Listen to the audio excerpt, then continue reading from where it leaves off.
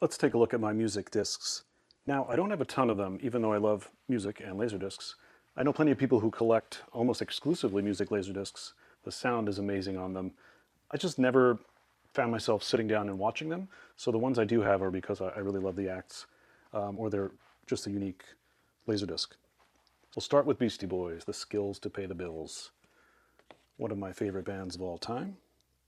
This has all the music videos from the Paul's Boutique era into Check Your Head.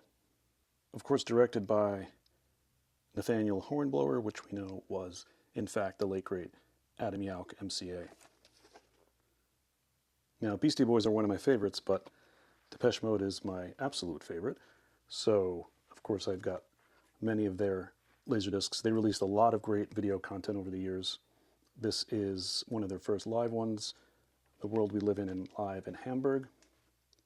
This is early days, post Vince Clarke into Alan Wilder. It gets us from about first record up till Some Great Reward. The Japanese version of Some Great Videos, which is a greatest hits compilation. The American version of the same one.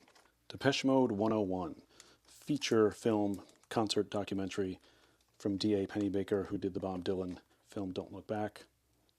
I had a little bit to do with this only because I was working at a radio station that's featured in the movie at the time, and we were involved in helping to find some of the actual people that you see riding the tour bus on this movie. It's interesting about this, the music holds up incredibly well.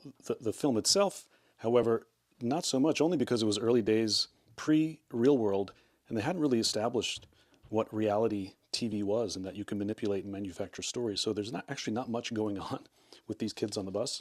So their portion of the film isn't that exciting, but it obviously kicks in once you get to the Hollywood Bowl and see Depeche Mode play in front of an enormous crowd. This is Strange 2, featuring videos shot by Anton Corbijn, who did most of the band's photography and videos around this time. These are the songs off Violator, which is, of course, their big breakout record. If you want to hear me talk about Violator for 2 hours, you're welcome to. I'll put a link below. I think the only one I am missing is Strange 1, which is just Strange, is a black and white cover, but I think it's Japan only, and these as music discs go for far too much money, so you have to get lucky. The follow-up record to Violator, and frankly, one I like to listen to even more, Songs of Faith and Devotion. This is another performance concert film shot by Anton Corbijn during the 1993 tour. This I have because it does feature Depeche Mode. Karaoke. Now, karaoke was sort of the driving force behind a lot of the success of Laserdisc. At Laserland, where I worked, we had a stack of Laserdisc players that were karaoke machines with microphones and cases, etc., that we rented, and every weekend someone was renting that karaoke machine. This one has Policy of Truth by Depeche Mode on it, so that's why I have this one. And if you've seen these, you know the videos are kind of wacky and kitschy and fun to throw on when you're doing karaoke. Okay, Dream Academy. This one is really cool because of this Obi. This is a US disc, but it has kind of an Obi strip here that calls it a compact laserdisc, the audio and video album. It's an audio video first. See the videos, hear the album. Pretty cool way to promote that. These players, remember, at the time, trying to explain to someone what a Laserdisc player did was difficult. So the fact that they played CDs as well was a good selling point. That's the CLD 909 scene there. It has all of the songs on the audio format, and then also 3 of the music videos. This you might recognize from the Scorsese video. He is a producer on this Peter Gabriel live concert. Scorsese is also the director of the Bad video featured in Michael Jackson's His Story. Now, I'm not one that tends to keep bad movies or laserdiscs. Everything you've seen in my collection are things that I like or enjoy or want to see, but this is just too kitschy to not keep. It's Don Johnson's Heartbeat. If you remember around this time in the mid-'80s, if you were on TV and famous, they'd give you a record deal. Don Johnson was the hottest star in the world because of Miami Vice. He put out a record. This actually came from Stars Family Video and Entertainment, 860 area code, I'm not sure what that is. But it features a music video built around his Heartbeat concept album. And in the video, he plays like a war reporter cameraman. And it's the most ridiculous thing. But Giancarlo Esposito is in it, Laurie Singer, David Carradine, Luis Guzman, Willie Nelson. I mean, it's just wild and a lot of fun, so I kept Heartbeat. Another one of my favorite bands, Level 42.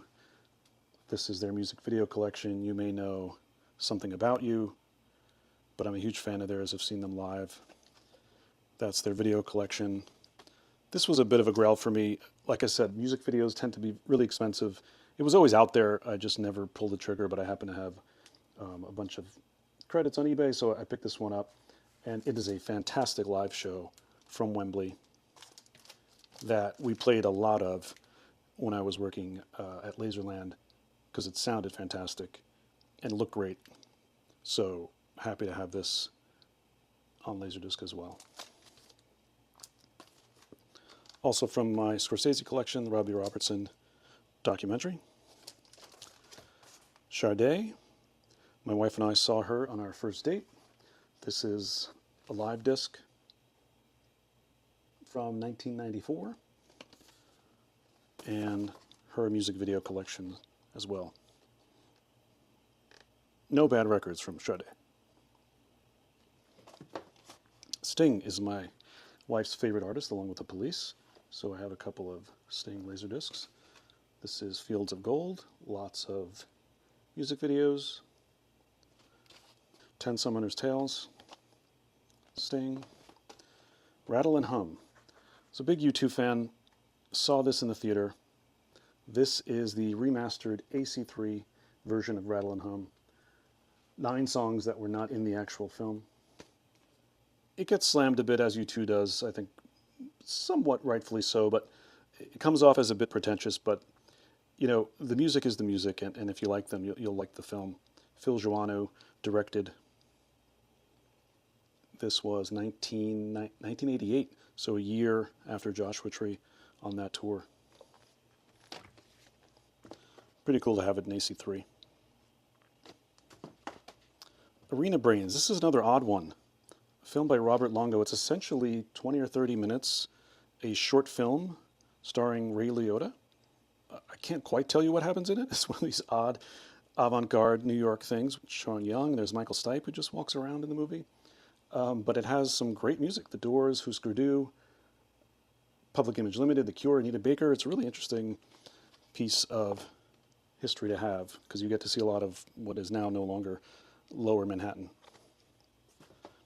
And this one, I mean, what can I say? This cover is just fantastic. It's called Just Can't Get Enough, which is a Depeche Mode song.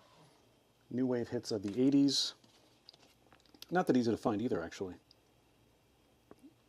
But if you are an 80s new wave fan like I am, you'll know all these songs. Girls on Film is on here, and it is the uncensored version, which is pretty racy for that time. It still is, actually.